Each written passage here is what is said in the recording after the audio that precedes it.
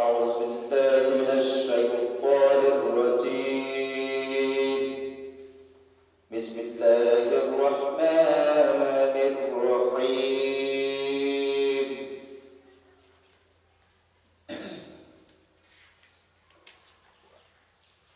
الحمد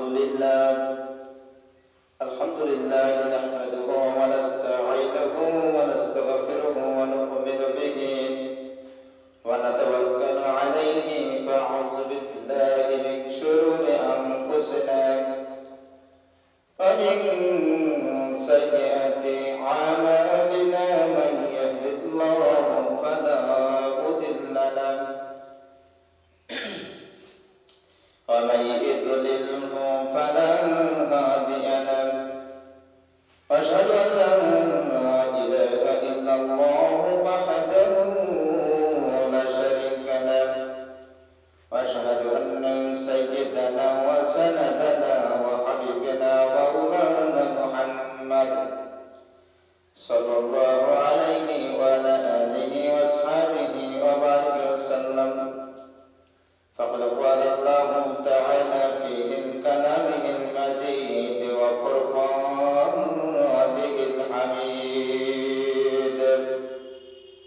أعوذ بالله من الشيطان الرجيم. بسم الله الرحمن الرحيم. فقد كان لكم في رسول الله أسوة حسنة. لكن إن الله وملائكته يصلون على النبي يا أيها الذين آمنوا صلوا عليه وسلموا تسليما. اللهم صل على سيدنا مولانا محمد وعلى آل سيدنا مولانا محمد. اللهم صل على سيدنا مولانا محمد وعلى آل سيدنا مولانا محمد. متيسر أو بكر عمر عثمان علي মক্কার জমিনে ইসলাম বুঝে যাই আমাদের সারে।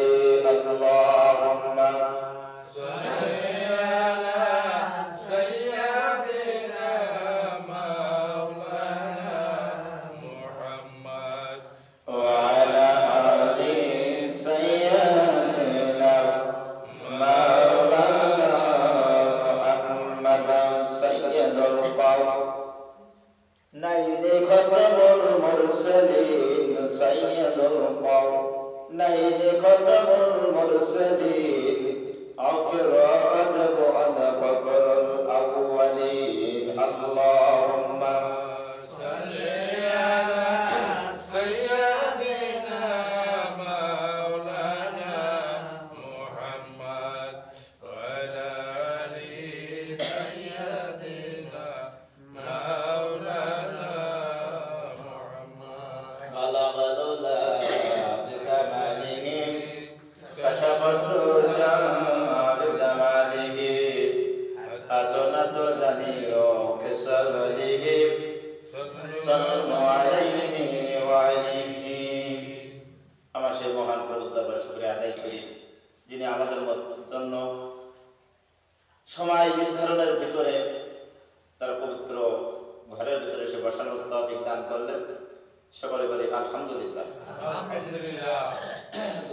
পাঠ করে সে বিশ্ব নবীর প্রতি যার উম্মত হয়ে আমরা ধন্য, সকলে বলি জনাবে মুহাম্মদুর রাসূলুল্লাহ সাল্লাল্লাহু আলাইহি ওয়াসাল্লাম। সম্মানিত হাজিরিন, আলোচনার বিষয় প্রসঙ্গে আপনাদের জানা আছে, তারপর আরেকবার জানাই দেই। আলোচনার বিষয় হলো সুন্দর আচরণ। কি প্রসঙ্গে? হুসনুল খুলুক। হুসনুল খুলুক এই প্রসঙ্গে আলোচনা। আসলে আমরা মুমিন হইতে গেলে আমাদের কি কি থাকা লাগবে তো আগে আলোচনা হয়ে গেছে। এইবার আচরণ রাসূলের কেমন ছিল, আমাদের কেমন হওয়া লাগবে, তাই না? কারণ হলো এই আচরণের কারণে মানুষ দিনের পথে আসে, আবার নিজের মুখের কারণে মানুষ ব্যথা পায়, কষ্ট পায়, বিভিন্ন সমস্যা হয়, ঠিক না? আমার ভাইরা, আল্লাহ নবী বিশ্ব নবী মুহাম্মদ রাসূলুল্লাহ সাল্লাল্লাহু আলাইহি ওয়াসাল্লামের দরবারে যারা আসতেন, তারা একবার যদি রাসূলের দরবারে আসতেন, রাসূলের মুখের বাণী শুনতেন, সাথে সাথে কালেমা পড়ে মুসলমান হয়ে যেতেন, ঠিক না? তার আচরণ কেমন ছিল, তার মাধুর্য কেমন ছিল, এই সমস্ত আমাদের জানা প্রয়োজন। আমার ভাইরা, আল্লাহ সৃষ্টির সেবার অন্যতম বিষয় হলো হুসনুল খুলুক, তার সুন্দর আচরণ বা অমায়িক ব্যবহার। বিভিন্ন হাদিসে আমরা দেখছি যে হাসি মুখে মানুষের সাথে সাক্ষাৎ করা হলো ইবাদত। মানুষের সাথে যখন কথা বলতে হবে একটু হাসি মুখ থাকবে। কি থাকবে? দেখবে যারা গোমরা মুখে থাকে তাদের পাশে কেউ যাইতে চায় না, ঠিক না? অনেকে বলি হুজুর ভালো না, নিজের বক্তব্য চলে, নিজে গোমরা কিরকম বানাবে ভালো থাকে, অমৃত ভাবে কার সাথে কথা বলতে চায়। কিন্তু মানুষ হুজুর হোক আর সাধারণ মানুষ হোক, যদি তার ভাষা মিষ্টি হয়, যদি তার আচরণ ভালো হয়, আমরা অনেকেই বলে থাকি এই ছেলেটি খুব সুশিক্ষিত, এই ছেলেটি খুব ভদ্র ভালো ছেলে, ঠিক না? আমরা তার প্রশংসা করি। কিন্তু বিশাল শিক্ষিত ডক্টরের ডিগ্রি তার আছে, আচরণ ভালো না, কথাবার্তা ভালো না, তখন গ্রামের মানুষ বলে এই ছেলেটা শিক্ষিত হলে কবে হলে কি হবে, এই ছেলেটা হলো বিয়াদব। কি বলে? এই ছেলেটা হলো বিয়াদব। কারণ হলো তার মানে হলো তুমি বড় শিক্ষিত হইতে পারো, তোমার নিজের দেশের ভিতরে তুমি শিক্ষিত নাও, তাদের কাছে তোমরা একটা মাসুম, ঠিক না? তাদের কাছে তুমি শিক্ষিত নাও, কারণ হলো তোমার নিজের এলাকার মানুষ তোমাকে চেনে জানে শোনে, এই জন্য তারা বোঝে যে এই ব্যক্তিটা কেমন মানুষ, ঠিক না? আমি এখানে এসে আপনাদের বক্তৃতা দিচ্ছি, আপনারা জানেন নাই জানেন, আমার গ্রামের মানুষ জানে আমি কোন ধরনের মৌলবী, ঠিক না? আমার ভাইরা, এই জন্য মিষ্টি কথা শুনে ঘুরে গেলে হবে না, আসলে সে হক পথে কিনা, সঠিক পথের কিনা, এটাও যাচাই বাছাই প্রয়োজন আছে, ঠিক না? আমার ভাইরা, মিষ্টি কথা বলবে, সামনে দিন আইতেছে, ভোটের সময় খুব মিষ্টি মিষ্টি কথা বলে ভোটটা আমরা নেওয়ার জন্য ও পুনরায় বিনয় করবে, কিন্তু মিষ্টি কথায় ভুলে গেলে হবে না, নিজের আখলাক চরিত্রকে ঠিক রাখতে হবে, নিজের ইচ্ছা শক্তিকে ঠিক রাখতে হবে, যে আমি কোন স্থানে দিলে পরে আমি কামিয়াবি হব, জান্নাতের পথ সুগম হবে, পরকালীন জিন্দেগিতে আমি ভালো থাকতে পারবো, আমি এমন একটা ব্যক্তিকে মণ্ডিত করব, ঠিক না? আমরা কি কেউ চান যে আমি ভোট দেওয়ার পরে সে বিভিন্ন রকম খারাপ কর্ম করবে না, আমার আমল নামাই তার গুণা আমার আমল নামায় আসুক, এটা কি কেউ চায়? এই জন্য আমার ভাইয়েরা, নেতা নির্বাচন করতে গেলে পরে সে নামাজে কিনা, পরেজগারে কিনা, সে মদ কর কিনা, গাঁজা কর কিনা, এগুলো দেখার প্রয়োজন আছে না নাই? এই জন্য আমার ভাইয়েরা, একের পর এক মানুষ আমাদের সামনে থেকে বিদায় হয়ে যাচ্ছে। ও বাবাজিরা, আমরাও একদিন বিদায় হয়ে যাব, কোন সময় কোন অবস্থায় আমরা বিদায় হব আমরা নিজেরাও জানি না, ঠিক না? এই জন্য আমাদের ঠিক করে নিতে হবে যে দুনিয়ার জিন্দেগিতে যেন আমার আমল আপনার ভালো হয়, আর আল্লাহর মারার সাথে সাথে যেন আল্লাহর জান্নাত আমার জন্য হাসে, ঠিক না? এই জন্য যতগুলো ইবাদত আছে, এই ইবাদতের ভিতরে সবচেয়ে সওয়াব হলো মানুষের সাথে সুন্দর আচরণ। আল্লাহ নবী বিশ্ব নবী সাল্লাল্লাহু আলাইহি ওয়াসাল্লাম কি বলতে চাচ্ছে একটু হাদিসের ভাষায় আমরা দেখি। আল্লাহ নবী সাল্লাল্লাহু আলাইহি ওয়াসাল্লাম বললেন, যদি কেউ নম্রতা বিনম্রতা ও নম্র আচরণ লাভ করে, তাহলে সে দুনিয়া ও আখিরাতের পাওনা সকল কল্যাণে লাভ করলো। সুবহানাল্লাহ। বিনম্র আমার বলেন, আর রক্ত সম্পর্কে আত্মীয় স্বজনদের সাথে সুসম্পর্ক বজায় রাখা এবং সুন্দর আচরণ বাড়ি ঘর ও জনপদে বরকত দেয় এবং আয়ু বৃদ্ধি করে দেয়। এই বাড়ি ঘরও সুন্দর আচরণ কি হয়? বরকত দেয়, আল্লাহ রহমত বর্ষিত হয়। আর শুধু তাই নয়, রাসূল পাক সাল্লাল্লাহু আলাইহি ওয়াসাল্লাম বলে আয় বৃদ্ধি করে। যদি কেউ আত্মীয়তার সম্পর্ককে অটুট রাখতে পারে, বজায় রাখতে পারে, তার কি হবে? আয়ু বৃদ্ধি হবে। আমার মায়ের গবেষণা করে দেখা গেছে এই পৃথিবীর ভিতরে যারা 100 বছর বয়স পায়, 70-80 বছর বয়স পায়, বেশি বয়সে যারা মারা যায়, আপনি একটু খোঁজ খবর নিয়ে দেখবেন এই ব্যক্তিরা আচরণ ভালোর কারণে আর অনেক দিন বেঁচে গেছে। ঠিকই না? মানুষের দোয়ার কারণে হায়াত তার বৃদ্ধি হয়ে গেছে। আমরা অনেকেই বলি যে এই ব্যক্তিটা অনেক দিন তো বেশি গেল, 100 বছর বয়সে গেছে, 105 বছর বয়সে। আসলে এটা বিশ্লেষণ করে দেখা যাচ্ছে যে ওই ব্যক্তিটা আসলে ভালো আচরণ, মানুষের সাথে ভালো আচরণ করত। আপনি খোঁজ খবর নিয়ে দেখবেন যে আমি যে কতটুকু বললাম আসলে প্রকৃতপক্ষে বাস্তব কিনা। লা ইলাহা ইল্লাল্লাহ, লা ইলাহা ইল্লাল্লাহ, লা ইলাহা ইল্লাল্লাহ, লা ইলাহা ইল্লাল্লাহ, লা ইলাহা ইল্লাল্লাহ মুহাম্মাদুর রাসূলুল্লাহ। প্রিয় নবী সাল্লাল্লাহু আলাইহি সাল্লাম আরো বর্ণনা করেছেন কিয়ামতের দিন মুমিনের আমলনামার সুন্দর আচরণের চেয়ে অধিক ভারী আমল আর কিছু হবে না, আর কিছুই হবে না। যে ব্যক্তি অশ্লীল কটু কথা বলে, অশোভন আচরণ করে, তাকে আল্লাহ পাক ঘৃণা করে। তাই যেই ব্যক্তি মানুষের সাথে খারাপ আচরণ করে তাকে কে ঘৃণা করে? আপনাকে আমাকে যে তৈরি করেছেন, যেই মালিক, যেই প্রভু, এই প্রভু তাকে ঘৃণা করে। আর কোন মানুষের ভালো আচরণ যদি হয়, মানুষ যেমন তার জন্য দোয়া করে, আল্লাহ পাক তার জন্য কি হয়ে যায়? কৃপাশীল হয়ে যায়, তার জন্য রহম করে, তার প্রতি অনুগ্রহ নজরে তাকায়। আর আল্লাহর কুদরতের ইবাদত যার উপরে পড়ে সেই ব্যক্তি কেবল দুনিয়ার ভিতরে কামিয়াবি হয়ে জান্নাতের বাসিন্দা হয়ে যেতে পারে। ঠিক না? আল্লাহর করুণা ছাড়া, আল্লাহর দয়া ছাড়া কেউ ভালো কথা চলতে পারবে? পারবে।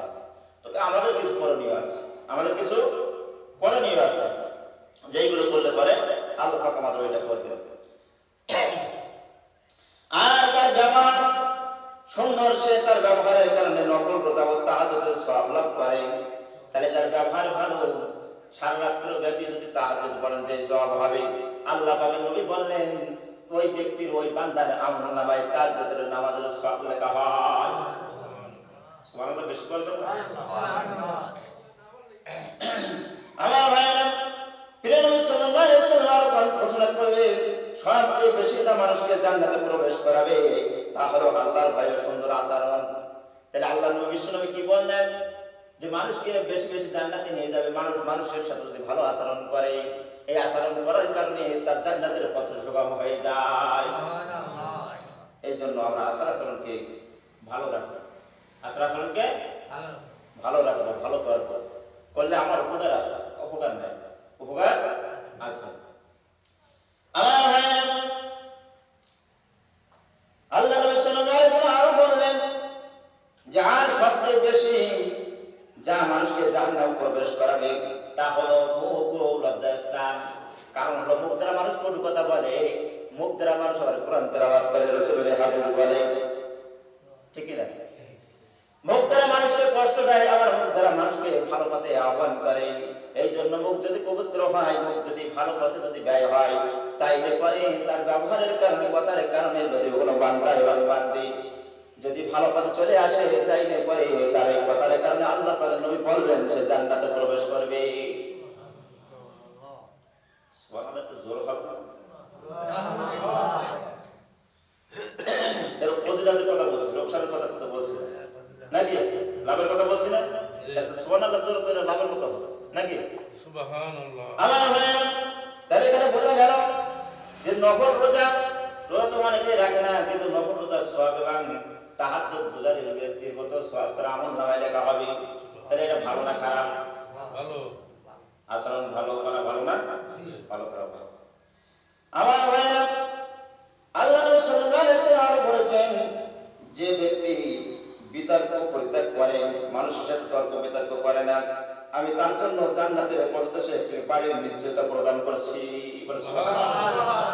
তাহলে আল্লাহ নবী বললেন এতগুলো কি করবে?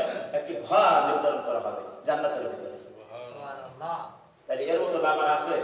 লাভ আর নাই। আর যে ব্যক্তি সর্বদা মিথ্যা পরিত্যাগ করে, হাসি মুখের সাথে ও মিথ্যা বলে না বা ঠাট্টা গালে মিথ্যা বলে না, তার জন্য আমি জান্নাতের মধ্যস্থলে একটি বাড়ি নিশ্চয়তা প্রদান করেছি। সুবহানাল্লাহ। তাই কয়টা ঘর হলো? দুইটা। কয়টা হলো? দুইটা। আর একটা বলেছি, তার তিনটা। জান্নাতে যে ব্যক্তি হবে তার এরকম ধরনের তিনটা বাড়ি দেওয়া হবে।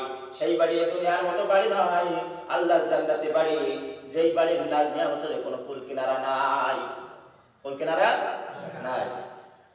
জিকির করে লা ইলাহা ইল্লাল্লাহ, লা ইলাহা ইল্লাল্লাহ, লা ইলাহা ইল্লাল্লাহ, লা ইলাহা ইল্লাল্লাহ মুহাম্মাদুর রাসূলুল্লাহ। সম্মানিত হাজিরিন, সহিহ হাদিসের মুসলিমের এক বর্ণনায় হাদিসে রাসূলুল্লাহ সাল্লাল্লাহু আলাইহি ওয়াসাল্লাম বলেন, এক ব্যক্তিকে মৃত্যুর পর আল্লাহ পাক উত্তম আচরণ, আল্লাহ পাক বলেন তুমি তোমার সম্পদ দিয়ে কি করতে? লোকটি বলে আমি ব্যবসা বাণিজ্য করতাম, লেনদেনে উত্তম আচরণ করতাম।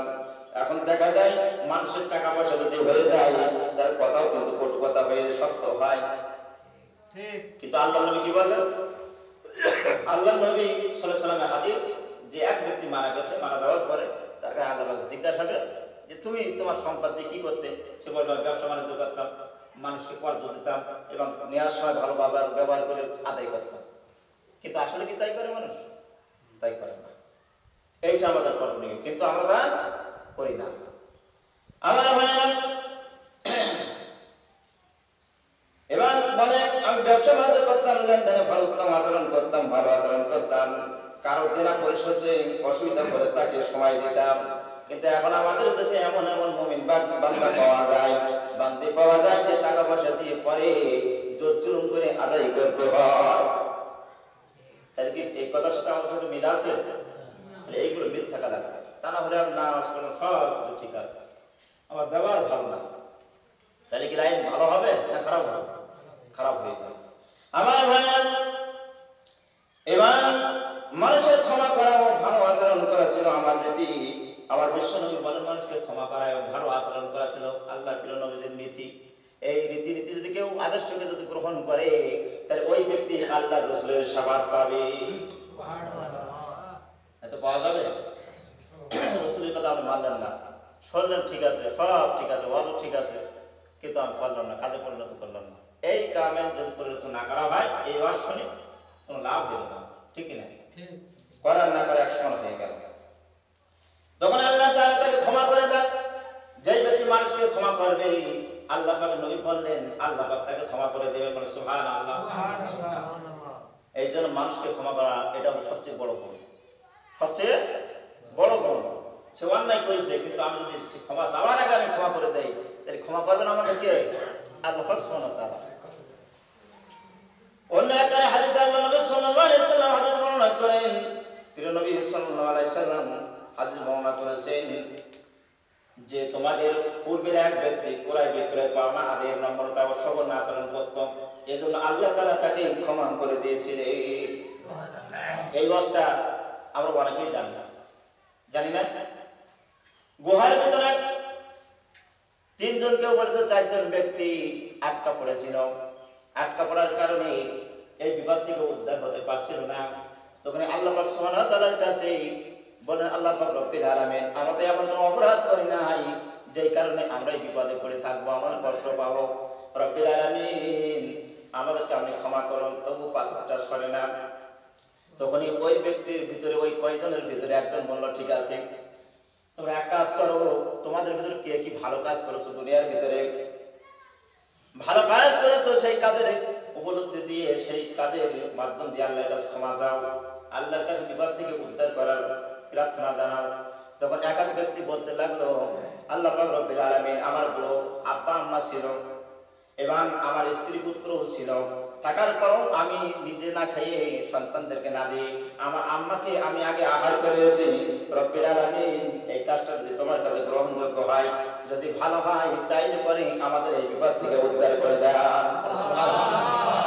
তখনই আল্লাহ পাক কুদরতি কায়দায় পাথরটা একটু সরাই দিলেন। আমার ভাইয়া, তারপর একজন বলল,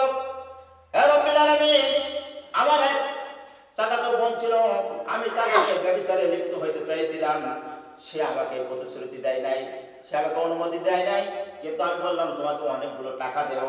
টাকার পিছনে মানুষ ঘরে কিনা কথাই বলে, টাকা দেখলে পরে কাঠের পুতুলো হা করে, কাঠের পুতুলো হা করে। আর এটা বোঝা যাবে ভোটের পরে, কোন সময় বোঝা যাবে? ভোটের পরে। আমার ভাইয়েরা, তখনই ওই ব্যক্তি হলো রব্বুল আলামিন। আমার বোনকে আমি টাকাও দিয়েছিলাম এবং আমি তাকে ওই কাজের জন্য অগ্রসর হলাম। হওয়ার পরে ওই বোনটা আমার বলেছিল তুমি আল্লাহকে ভয় করো, আত্তাকুল্লাহ, আল্লাহকে ভয় করো, তুমি আমার মোহর করো না, আমার সতীত্ব নষ্ট করো না। ইয়া রব্বুল আলামিন, আমি তখন তোমাকে ভয় করে ওই কাজ থেকে আমি বিরত রইলাম। আল্লাহ রাব্বুল আলামিন এই কাজটা যদি তোমার কাছে ভালো হয়ে থাকে তাহলে আমাদের এই বিপদ থেকে উদ্ধার করো। এই কথা বলার সাথে সাথে পাথরটি আঁটু সরে গেল। সুবহানাল্লাহ। তৃতীয় ব্যক্তি বলল, ইয়া রাব্বুল আলামিন, আমার অনেক সম্পদ ছিল, আমি কর্মচারীদের কর্ম করাই নিতাম, কাম করাই নিতাম। নেওয়ার কারণে এক ব্যক্তি আমার কাম করলো, করার পরে তাকে আমি টাকা দিতে চাইলাম। এই তো ওই ব্যক্তি রাগান্বিত হয়ে নাকশ হয়ে আমার টাকা নিয়ে বাড়ি চলে গেল। এবার কিছুদিন পর ওই ব্যক্তি আবার আসলো, আসার কারণে ওই ব্যক্তির যে টাকাগুলো আমার কাছে ছিল, পাওনা ছিল, ওই টাকা দিয়ে আমি উট ভেড়া দুম্বা কিনেছিলাম এবং সে আসলে বলে আমি বললাম ওই উট দুম্বাগুলো নিয়ে তুমি চলে যাও। সুবহানাল্লাহ। ওই ব্যক্তি বললো আমার সাথে তুমি মশকরা করছো, ঠাট্টা করতেছো। বলো না না, আমি তোমার সাথে ঠাট্টা করছি না, আল্লাহর বান্দা, তোমার টাকা দিয়ে আমি এই কাম করেছি, তোমার জিনিসগুলো তুমি নিয়ে যাও। তখন ওই ব্যক্তি খুশি হয়ে বাড়ি নিয়ে চলে গেল। রব্বুল আলামিন, এইটা যদি আপনি সন্তুষ্ট হয়ে থাকেন তাহলে আমাদের ওই বিপদ থেকে, মুসিবত থেকে রেহাই দান করে। তখন সম্পূর্ণ পাথরটা কি হয়ে গেল? সরে গেল। আল্লাহ এই যদি ভালো কাজ হয়ে থাকে আমাদের বিপদ থেকে মুক্তি করো। আমার ভাইরা, তাহলে এখানে বোঝা গেল আল্লাহ পাক ভালো কাজের মাধ্যমে কি করবেন? বিপদ আপদ থেকে আমাদের হেফাজত করবেন। জিকির করে লা ইলাহা ইল্লাল্লাহ, লা ইলাহা ইল্লাল্লাহ, মুহাম্মাদুর রাসূলুল্লাহ। তো এখানে বোঝা গেল মুমিনের মধ্যে তার ঈমানের পরিপূর্ণ, যার আচরণ সুন্দর, পরিপূর্ণ ঈমানদারকে যার আচরণ ভালো, কথাবার্তা ভালো। এই আবু দাউদ তিরমিজি শরীফ, তোমাদের মধ্যে যার আচরণ ব্যবহার সুন্দর সে আমার সবচেয়ে বেশি প্রিয়। কে বললেন? প্রিয় নবী সাল্লাল্লাহু আলাইহি ওয়াসাল্লাম বললেন তোমাদের ভিতরে যার আচরণ ভালো, ব্যবহার ভালো, আমি নবী আমার সেই ব্যক্তি সবচেয়ে প্রিয়। সুবহানাল্লাহ। আমার ভাইরা, এখানে বোঝা গেল মানুষের সাথে অশ্লীল কথা বলা যাবে না, খারাপ কথা বলা যাবে না, খারাপ ব্যবহার করা যাবে না। কিন্তু সারা বিশ্ব এখন হয়ে গেছে এইরকমই ধরনের শয়তানের পথ অনুসরণ করছে। কার অনুসরণ? শয়তানের পথ এরা অনুসরণ করছে। এই জন্য আল্লাহ পাক যেন আমাদেরকে এর থেকে মাহফুজ রেখে মানুষের সাথে ভালো আচরণ করে দুনিয়া থেকে বিদায় নেওয়ার তাওফিক দান করুন। সকলে আমিন। এটা বলে লা ইলাহা ইল্লাল্লাহ, লা ইলাহা ইল্লাল্লাহ, লা ইলাহা ইল্লাল্লাহ, মুহাম্মাদুর রাসূলুল্লাহ। তিরমিজি রাহমাতুল্লাহি আলাইহি হাদিসটি বর্ণনা করেছেন, বলেছেন যে অশ্লীল কথা ও আচরণের সাথে ইসলামের কোনো সম্পর্ক নাই। আর যার আচরণ যত ভালো সুন্দর, তার ইসলাম তত সুন্দর। যার আচরণ ভালো তার ইসলাম তত সুন্দর। আমার ভাইয়েরা, এটা বোঝা গেল আমি যদি ইসলামে বিশ্বাস হয়ে থাকেন, যদি প্রিয় নবীজির উম্মাত বলে দাবি করে, তাহলে আচরণ ভালো করা লাগবে। আচরণ ভালো করা লাগবে। অথবা খালি নামাজ পড়ে হজ করে কাজ হবে হবে না। আমার ভাইয়েরা, এই জন্য আচরণ ভালো করতে হবে। আমার শরীরের ভিতরে হাদিসটা বর্ণনা করা হয়েছে। আর বলেন তোমরা তো টাকা পয়সা দিয়ে মানুষের চাহিদা মিটিয়ে দিতে পারবে না, তবে তোমাদের সুন্দর আচরণ এবং হাস্য উদ্দার মুখ তাদের চাহিদা মিটাবে। সুবহানাল্লাহ। আবু ইয়াহইয়া কিতাবের ভিতরে এই হাদিস কেন বর্ণিত হয়েছে? মানে আল্লাহ তাআলা বিনম্র, তিনি সকল বিষয়ে নম্রতা পছন্দ করেন। বুখারী মুসলিম রাহমাতুল্লাহি আলাইহি এই হাদিস কেন বর্ণনা করেছেন? আল্লাহ সুন্দর না? প্রিয় নবী সুন্দর না? এটা আল্লাহ পাক সুন্দর, এই জন্য সুন্দরকে তিনি পছন্দ করেন, সুন্দর আচরণকে তিনি পছন্দ করেন। এই জন্য আমাদের হওয়ার দরকার সুন্দর আচরণ, সুন্দর ব্যবহার এবং ভালো পোশাক পরিধান করে নামাজ পড়তে আসে, নাকি? এটাও কিন্তু রাসূলের একটা সুন্দর। আর আগে আগে মসজিদে আসে না, দেরিতে মসজিদে আসা সবচেয়ে ভালো। আগে আগে আল্লাহর ঘরে এসে পৌঁছানো, এটাই আমাদের জন্য আমাদের করণীয়, রাসূলের আদর্শ। আমার ভাইয়েরা, আসার চেষ্টা করবো, কারণ বড় সবটা আমরা আগে চাই, ঠিক না? আমরা দুনিয়ার ভিতরে যেখানে বেশি ইনকাম হয় সেই প্রতিষ্ঠানে আমরা যোগ দেওয়ার চেষ্টা করি। ইমাম হও, হাজি হও, কাজী হও, যে হও না কেন, সবচেয়ে বেশি টাকা যেখানে দিতে চাই সেখানে আমরা ঢোকার জন্য চেষ্টা করি, করি কিনা? তাহলে আমরা বেশি নেকি ওখানে চাই কিনা? যদি বেশি নেকি চাই তাহলে আমরা আগে আগে আসার চেষ্টা করবো। এই সবগুলো আমার আগে তো না নিতে পারে সেই চেষ্টা আমরা চালাবো। বেশি বেশি দান করবো, বেশি বেশি কি করবো?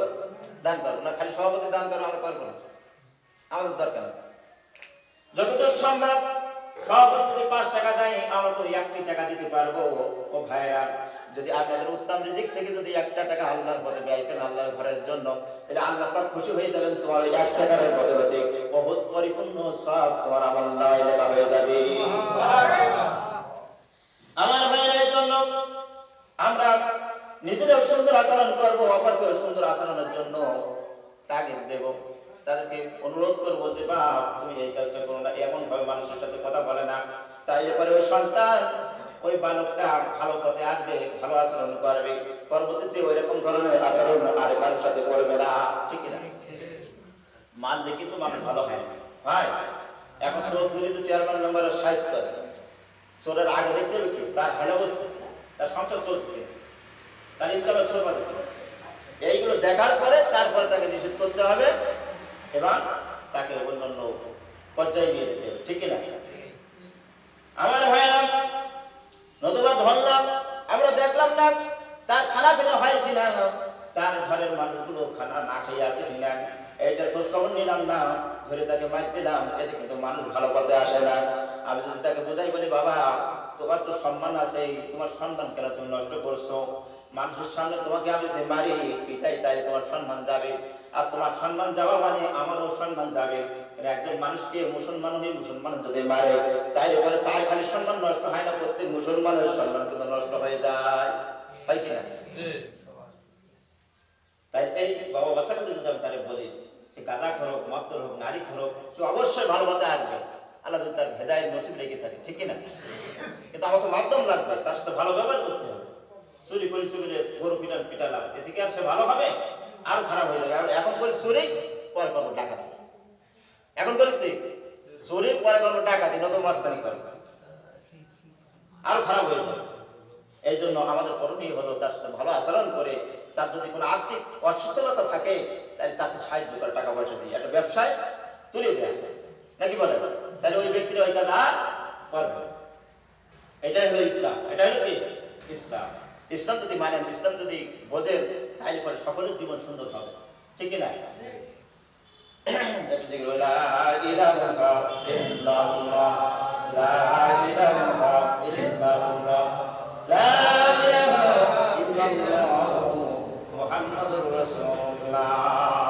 আল্লাহ পাক সুন্দর, মানুষের সুন্দর, সে সুন্দরের কথা আল্লাহ পাক সুবহানাহু ওয়া তাআলা 30 নম্বর পারা সূরা 3 এর ভিতরে আল্লাহ বলে দিয়েছেন, লাকাদ খালাকনাল ইনসানা ফি আহসানি তাকওয়িম।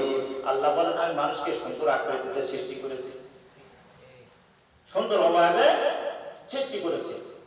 তার আচরণ হবে কেমন? সুন্দর। আল্লাহ সুন্দর, সৃষ্টি সুন্দর, আচরণ হবে সুন্দর, ঠিক না? আমার ভাইরা, এই জন্য আমার আচরণ ভালো হওয়া লাগবে, তাই বলে জান্নাতের পথ সুগম হবে। আল্লাহ নবী সাল্লাল্লাহু আলাইহি ওয়াসাল্লাম আরো বললেন, সেভাবে আপনি আমার প্রকৃতি ও আচরণকে সুন্দর বানায় দিন। তিনি বলেন, আল্লাহ তুমি তো আমাকে সুন্দর করে বানাইছো, আমার আচরণকেও সুন্দর করে দাও, যেন মানুষ আমার দ্বারা কষ্ট না পায়। বলেন কে? বিশ্বনবী সাল্লাল্লাহু আলাইহি ওয়াসাল্লাম। বিশ্বনবী বলেন, আল্লাহ আমাকে তো সুন্দর করেছো এবং আমার আচরণকেও সুন্দর করে দাও, কারণ মানুষকে আমি যদি দাবাত দিই, আমার যে আচরণ ভালো না হয় তাতে আমার কথা শুনবে না, দিনের কথা আসবে না। এই জন্য আয়নায় যখন মুখ দেখা হয়, আল্লাহুম্মা ইন্নী হাসানতু ফাতি ফাহসিন খুলুকি, এই দোয়াটা পড়তে হয়। এই দোয়ার অর্থ হলো, আল্লাহ আমাকে যেমন সুন্দর করেছো আমার চরিত্রকেও এরকম সুন্দর করে দাও। সুবহানাল্লাহ। কয়জন জানি আয়না দেখার দোয়া জানি আমরা? কয়জন? এই জন্য দোয়ারও কোনো শেষ নাই, আমলের কোনো শেষ নাই, আর সীমিত কথা আছে, এই বলে আমি ইনশাআল্লাহ একটু জানবো। আমার ভাইরা সমাজে হাজির, সুন্দর আচরণের দিকের প্রতি হাদিস শরীফে বিশেষভাবে নির্দেশ দেওয়া হয়েছে। 1 নম্বর হলো সকলের সাথে যখন কথাবার্তা বলবো, সাক্ষাৎ করবো, হাসি মুখে সাক্ষাৎ করবো, এক নম্বর কি? যখন সাক্ষাৎ করবো হাসি মুখে, মুচকি হাসি, হ্যাঁ করে হাঁটা যাবে না, মুচকি হাসি দিয়ে তার সাথে কথা বলবো, তাই তার মনের ভিতরে একটা ভালোবাসা তৈরি হবে, ঠিক কিনা? দ্বিতীয় নাম্বার হলো বিনম্রতা ও অহংকার বর্জন করব। তৃতীয় নাম্বার হলো বিতর্ক পরিহার করব। কেউ কারোর সাথে আমরা তর্ক বিতর্ক করব না। একজন যদি কথা বলে তার কথাটা শুনে চুপ থেকে যাব। বিতর্ক যদি করবো যখন, তখন শয়তান এসে আপনার মাঝে আমার মাঝে উপস্থিত হয়ে যাবে, আর তখন ঝগড়া ফাসাদ শুরু হয়ে যাবে, মারামারি, ঠিক না? এই জন্য বিশ্বনবী বললেন তোমরা অহংকার করবে না, মানুষের সাথে তর্ক বিতর্ক করবে না। এইগুলো থেকে বিরত থাকবে, এইগুলো থেকে বিরত থাকবে।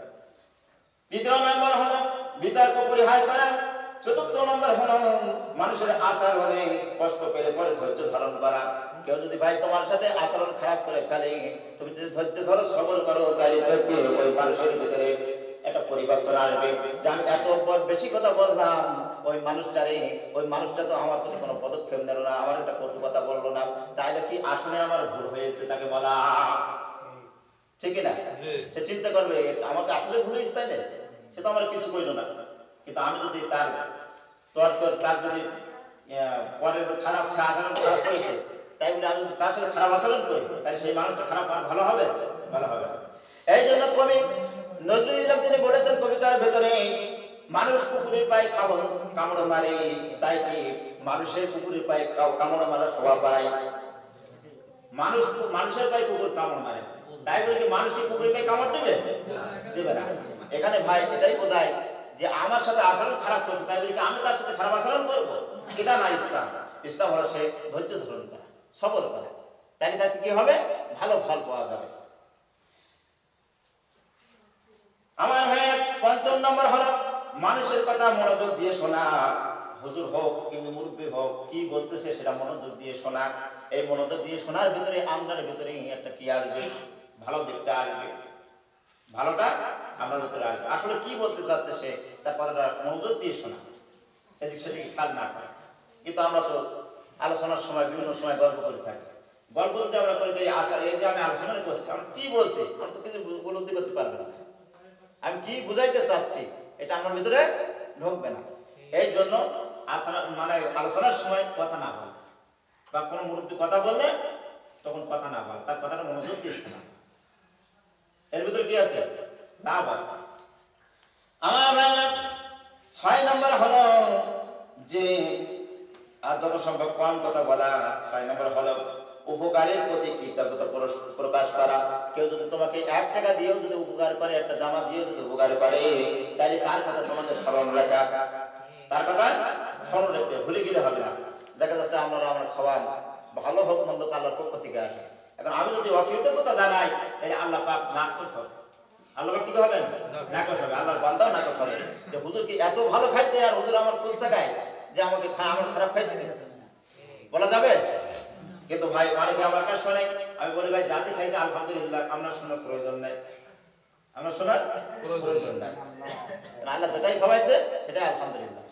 আল্লাহ পাক রব্বুল আলামিন যতটুকু আমি গুনাহগার আলোচনা করছি, আমি সহ প্রত্যেকটা জন আল্লাহ পাক মানি সালাত তাওফিক ইনায়াত করেন। সবাই আমিন।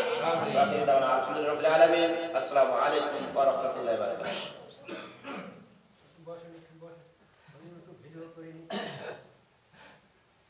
ভিডিও করে নিক, ভালো করে নিয়ে